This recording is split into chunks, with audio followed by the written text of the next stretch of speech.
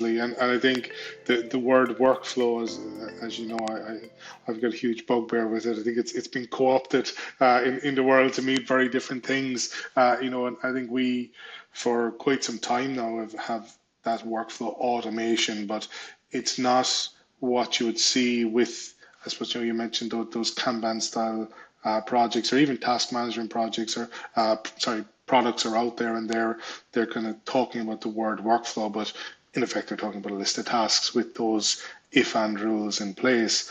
When we talk about automation, it's a lot more sophisticated than that. And I suppose we showed that list of clients at the start of the call here, and the ability for the system to, decide not only what the next step is. So, it could be a case of, based on a certain brand, based on a project type, I need to skip a step, I need to add a step in, that type of real logic.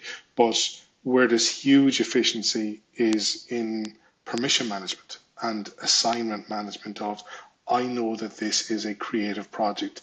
Therefore, number one, I've got to go to the creative director, for example, and I know who that is, and I'm going to go and assign to them. Whereas it's a digital project, we've got a small group of 3 people who handle this, and I'm going to go to them. So what you're doing, one is you're cutting out human error in this, where if you hire new staff, for example, they don't know this. They're not going to be trained up in this. They're not going to know who the people are to send.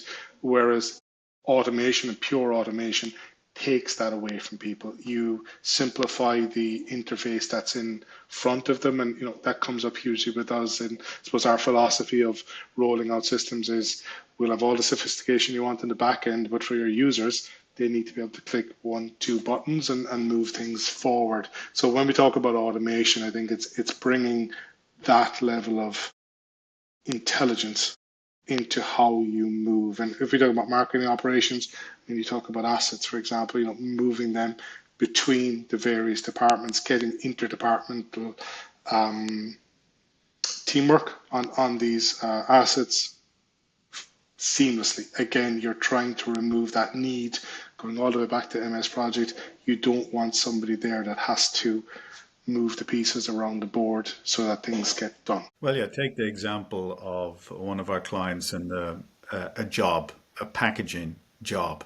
How would you manage a packaging job if in MS Project you'd say, okay, yeah, we're going to get a brief, and then we're going to do artwork, and then we're going to do all this, and then we're going to make an integration to get the PIM spec data to be able to go into nutritional labeling. There's all those activities need to be done.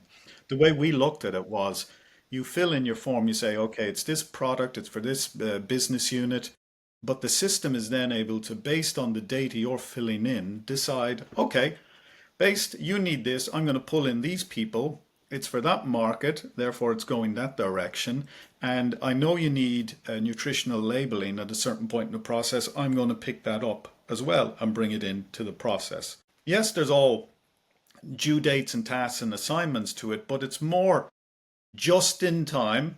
And this is where I do think there's a role for the high level plan, but then you've got this self-directing task management, workflow management system, more or less moving in a rather automatic way through the process.